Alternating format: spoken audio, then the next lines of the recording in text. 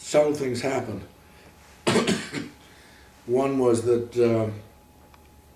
the skippers of these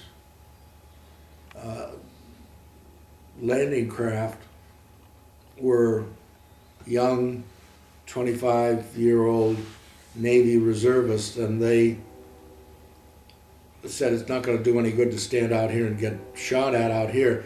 We'll force our way through the obstacles. And so they went full speed ahead and brushed aside some of the smaller obstacles and put their troops ashore. That's what happened with my 553 ship. We landed down in the 1st Division area and made it in without getting hurt. The ship was later hit by artillery and was destroyed on the beach. But we managed to get in without too much trouble. But the destroyers were the key to success, because they just came in 500, 600 yards offshore and went around in a racetrack pattern. And if a German machine gun opened up, they promptly gave it a salvo of 5-inch gunfire and blew the machine gun away. And that was what helped. Some of those destroyers fired as many as 700 rounds in the morning of D-Day, to give you an idea of how much support, direct support they gave. And that was the good part of it. The lack of presence of the Air Force was a big mistake, and it's not the Air Force's fault entirely. They did what they had been trained to do up to a point, but close air support with bombers was a mistake. The bombardment from the ships was too short, was a half an hour at the most. There were supposed to be swimming tanks that came in, and the ones that were dropped well offshore, they lost 50% of them before they stopped doing that. So there were a lot of things that should have happened that didn't happen. A lot of people have heard about the boys from Point du Hoc. You've heard the stories of that. Could you tell from where you were, could you see the Rangers landing there at all? Or was that too far away? It was too far away. But we had there were 2 companies of Rangers.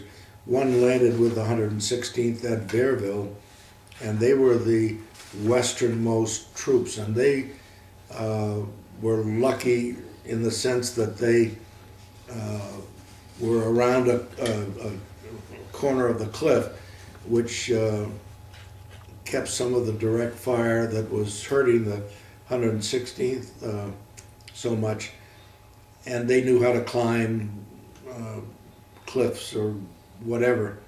And so they got up on the bluffs and started to work their way around toward the village of Bearville, but successful.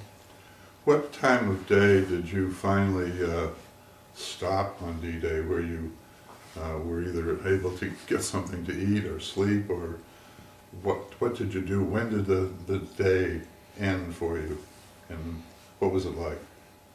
Well, we got in about 10 o'clock now, so from 6:30 in the morning till 10 o'clock, everybody was trying to sort things out and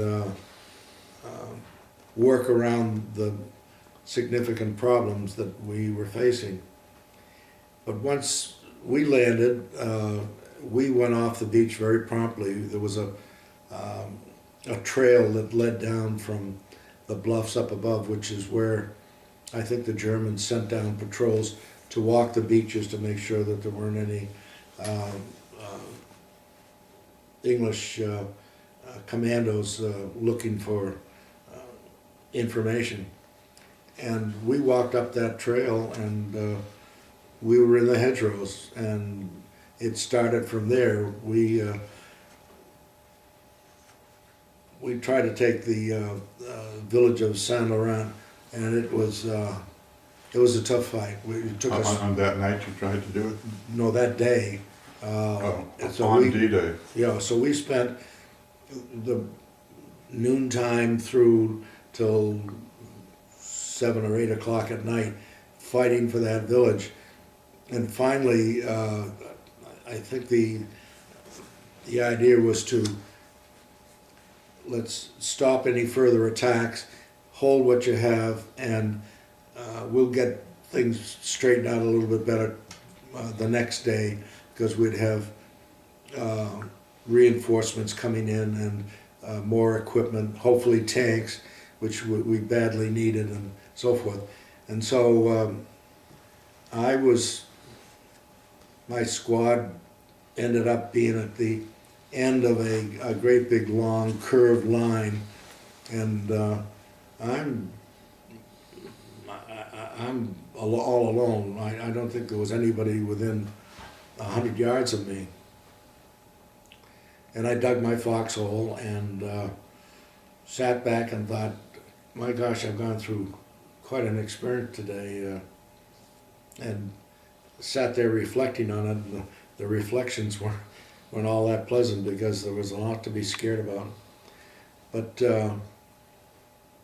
sometime still the same day, I would say 11 o'clock, I could hear somebody calling far away, and the call got closer and closer, and it was my name. And I was to report to the battalion headquarters. You know, what in the world would I be called to battalion, a private? How old were you then? 19. Hmm. No idea what I was being summoned for. But I made my way to the battalion headquarters, and then I learned the reason. They had a German prisoner, and our battalion intelligence sergeant had been killed in the afternoon, so there was nobody that could interrogate him. Now, I had 3 years, 4 years, 2 in high school and 2 year and a half in college of German. Well, I could listen to people and understand. So they said, here, find out what you can about this from this soldier. So I started to ask him questions and so forth. And he was so absolutely scared that all he could do was babble. He couldn't form words, but it was rather pitiful. I got his division and regiment out of him, which I thought, looking back on it, was remarkable. And I said, but that's all I can get. Told the battalion commander, Colonel Warfield, that he was so scared that I didn't think you were going to get any intelligent information out of him. So he said, well, at least you tried. Thank you very much. Why don't you go back to your position? So I walked all the way down the length of the foxhole, the hedgerow, got in my foxhole, and spent the rest of the night. How did the people in the village treat you? Never saw them. So you never saw anybody? They were. How about the next day or the day after? No, it was a long time before we ran into French citizens at all. Occasionally, and it was not it didn't always work out well. There were a number of times where bad things happened that could have been prevented by the French. But they had a situation where they were farm country, and so they would gather their crops together, cabbage, carrots, whatever, potatoes, and they would bring them to the nearest German facility that had trucks, and they would sell them to the Germans. The Germans would drive the truck into Paris and sell the load for much, much more money than they were giving to the French. And so the Germans were happy, the French were making some money, and the people in Paris were being helped from starving. And so there had been, for 4 years, there had been a business relationship founded of necessity, but it made for some friendships, especially with the young German soldiers and some of the young French girls. And I almost got killed by a French girl, but What were the circumstances surrounding that? 4 days inland, and I brought people out of a night action, survivors, and brought them to a aid station in the 175th Regiment, and went out in the field and lay down, fell asleep. And there was a little Norman church 100 yards away. They had a very squat tower made out of stone. It was typical in the area, and I am sound asleep. I haven't slept in a long time, and all of a sudden I hear bullets hitting the ground all around me. And I came right out of my sleep, and I could see somebody firing from the church tower. And then I saw an American soldier running toward the church, and there wasn't, I think the girl ran out of ammunition, and she fired off all she could. And there were a couple of shots, and the guy came out and said, she's killed. And I thought, she's killed? I couldn't imagine what that was. And he said, yeah, it was a French girl. And we learned later that she was pregnant, and her boyfriend had been killed the day before, so in her grief, why she took up an American arm. When you brought wounded into an aid station, you took their weapon and put it in a pile, and so she had no problem going over and picking one up and going up into the church and firing. But she came within 5 yards all around me of shooting me. I think it's a good time to stop.